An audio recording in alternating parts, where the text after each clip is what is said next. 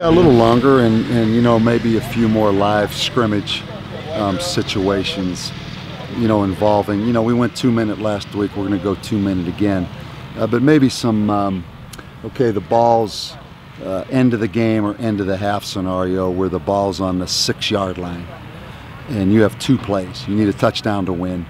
You know, maybe there's 22 seconds left, so the clock stopped, it's 3rd and goal at the 6. Offense has 22 seconds to call 2 plays. You know, what happens if you gain 5 yards on that first play and you had a pass called on the second play? What do? You know, you don't want to throw it from the 1-yard line. You probably want to run it. So some of those situations just with clock management will do. But you have to do those live and you have to tackle, you know, to try to create those as we did this morning. You know, they're harder sometimes than doing them live. So hopefully we can get that done tomorrow night. Coach, assess D'Avanzo for us. How's he coming along? First of all, Nick has played a lot of football for us, probably before he was ready to play. I don't know from a physical standpoint that he wasn't ready, because he was pretty mature when he came in here. I just think he probably played because he had to play. And the point is, I think he's matured a lot. I think maybe he took it for granted a little bit early because he got on the field so fast, and in all honesty, maybe didn't have to earn it. He's been through some growing pains. He's been through some bumps in the road, but I think he's in the best place he's ever been. He's had an unbelievable summer academically. He really was outstanding academically. And I think for the first time, maybe he can get out ahead of things, not have as many distractions, which leads to him being as good a football player as he can be. I don't think he's reached anywhere near his potential yet. So it's really the total maturity piece of it for Nick. And I expect him to have a great year. I really do, because I've seen maturity. Now, all of a sudden, there's 4 classes instead of maybe 2 classes like there is in the summer. You know, now all of a sudden it's every day, and all the pressures and all the dynamics come within the season. Let's see if he can do it when it really gets hard. But I think he's in a great position to do that. I know he's been a very productive guy for us, but I think the best is still ahead, and he knows that. What about Mbani? Sam has been a pleasant surprise. You know, Sam is another guy that I think probably took some things for granted early on. And it's understandable. You know, his story is so unique. You know, probably 10 or 12 years ago, he probably didn't speak English. He may not even been in this country yet from Sudan. He has come back. Something was taken away from him that I'm not sure he appreciated as much as he should have. And then when football was taken away, since that point, he's responded very well. He's probably been the most, or one of the most pleasant surprises of this entire camp. He's in a position to play a lot of football for us. So some of those lessons you have to learn the hard way. You know, you can talk about those life lessons every day philosophically, but sometimes you gotta touch the stove to find out it's hot, right?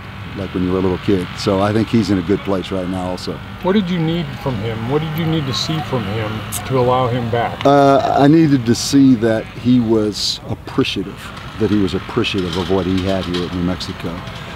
Early on when we recruited him, I thought that was going to be his biggest attribute, was that he was really hungry, he was really appreciative, particularly because of the kind of story he and his family have led. I think somewhere along the line he became a little bit enabled. I'm not telling you anything I didn't tell him. He showed me that he's appreciative, and he showed real appreciativeness to the coaches and real appreciativeness to this place. But it had to be taken away to find that. So as you guys know, you know, on the field ties in so much with off the field. You know, what they are off the field is what they are on the field. And this has been a maturing process for Sam, and you know, it's exciting to think 3 years of football ahead, what he can be in 2 or 3 years. So he's what we thought he had the chance to be coming out of high school, that when he got here we didn't see. Coach, what's the injury list to look like? You know, Terrion Gibson has a slight knee that he had yesterday in a non-contact drill. We're still waiting to get MRI results back. It's not going to be a ligament type of injury. Toye Adawan is out for an extended period of time. We'll have a little further announcement on that as we go a little further here. Ramel Jordan's at a wedding. I believe his mother is getting married. He's out of town for the weekend. So we're a little thin at running back with Gibson not going, Ramel Jordan not going, and then we've actually moved Jack Ziltz from the defensive line to the offensive line. You know, right now Johnny Visciano is not out here, and neither is Toye, so we've had to make some adjustments there. What you said about Nick, that he's in the best place he's ever been, you've been able to say about a lot of guys this camp. Is that kind of maybe obviously a good sign, maybe a recurring theme? Yeah, it is. It is, and we all know, again, kind of like I talked about, you know, you can't simulate things. Well, we've simulated it all. It's been scripted. You know, now we start the season. Now the real dynamics come. And now it comes with the full course load, the 4-class load, mandatory academics, study hall, tutors, football, win a game, lose a game, bounce back, injuries. You know, we're about to go into the real live thing. And you know, but we are by far in the best place we've ever been. You know, we really are. I think we have the leadership to handle what's coming. I don't think one kick in the gut is going to take us down. I think we can recover better than we've recovered in the past.